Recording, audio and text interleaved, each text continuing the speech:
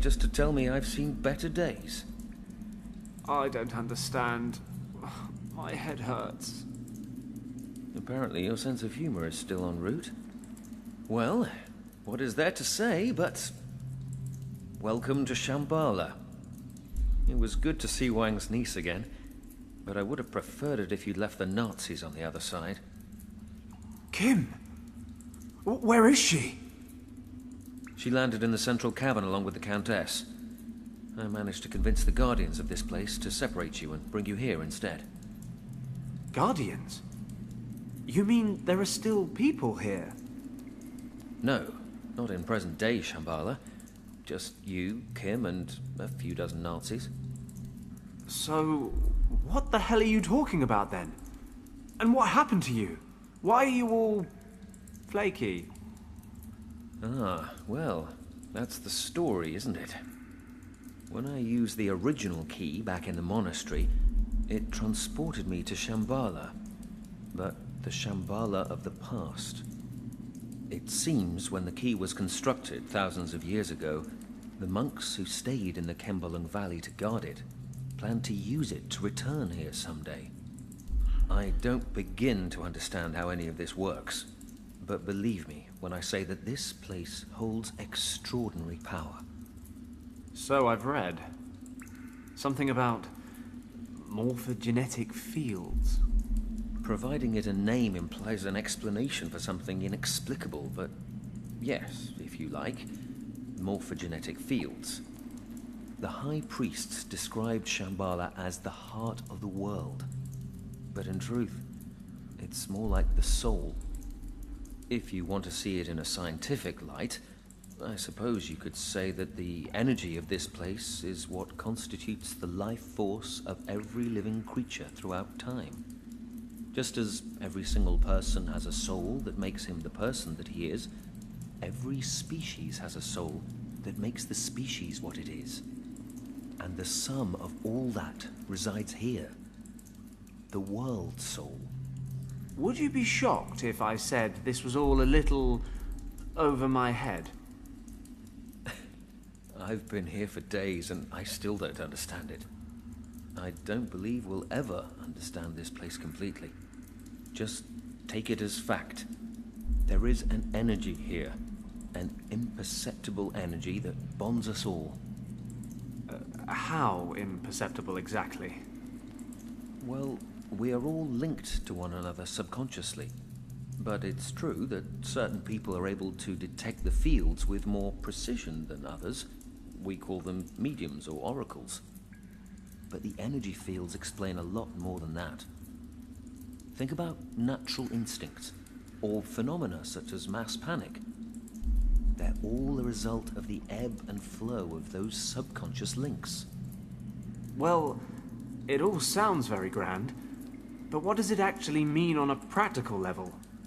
Are we in danger? Fenton, imagine the heart of Shambhala as a gigantic archive.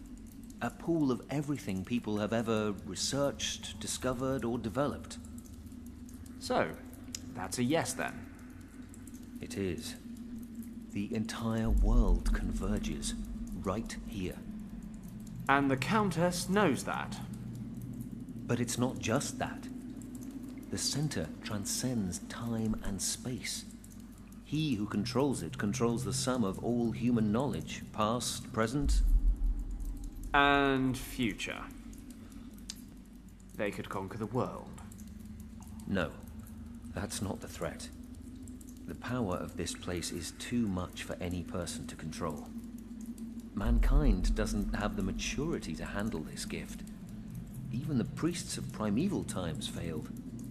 So, this field of energy ended up making the residents of Shambhala kill each other in a civil war? Correct. How? Imagine understanding everything, instantly.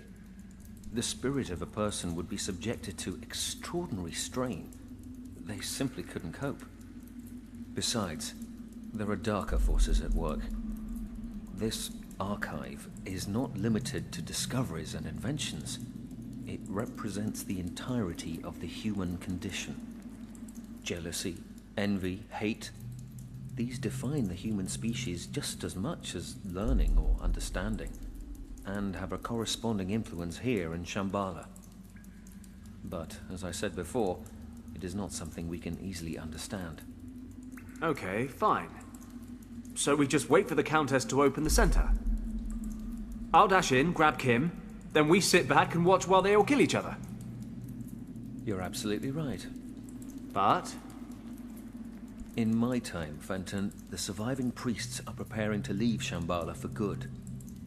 In order to protect the heart from misuse, they are performing a ceremony that will set up a force field around it. This field will allow only the bearer of a certain amulet to pass through. After the ceremony, the amulet will be divided into 3 pieces and hidden in the temples of 3 priest castes who once ruled here. hey, even better. The Nazis won't get past square one. No, they've begun to plant explosives. The field is maintained in your time by a series of plinths. It would take a great deal of power, but they may be able to destroy them. We have to stop them, Fenton. They may not be able to wield the power of Shambhala, but if the energy of this place is disrupted in any way, it could have catastrophic effects for every living creature on the planet.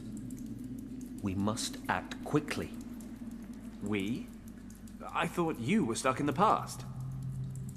You're right. But you won't find the 3 amulet pieces without my help. If I understand it correctly, our times are now synchronized. We can communicate, but we cannot cross the boundary. In my time, the priests are only just now performing the ceremony to invoke the force field. So the amulet has not yet been hidden, and I have no way to know where it will be placed. But that doesn't mean to say I can't help you look for it. And what am I supposed to do with the thing when I find it? You will have to use the power of the source to drive off the Nazis. As in the source that sends anyone who goes anywhere near it doolally? That source? Is there a plan B? Don't worry. Once you find the dragon amulet, I will help you control it. Okay, let's do it. I couldn't agree more. The future of the world is in our hands. That is a horrible plan. Ominous music. Looks like I'm on my own again. I'm still not sure I've got a handle on all this. 10,000 years ago, the residents of Shambhala all kill each other, save for a few priests who escape the civil war. Shortly after that, Richard crash lands here and convinces those priests to invoke a force field around the center to protect it. Now the Countess, along with her troops, and Kim, are in the center of Shambhala, ready to blow the bloody thing up. And, surprise, surprise, I'm the only one that can stop them. I need 3 pieces of some amulet to harness the power of the source and somehow make everything okay again. That's Richard's plan, in any case. I'll probably just wander around breaking things until something interesting happens. That is so damn right. And we can switch to Richard? Oh boy. Holy, that is going to... Oh man, that is... Oh, this is gonna be a long chapter, I think. A very, very long chapter. Oh man, I'm with Fenton though. I don't think I grasp all of that.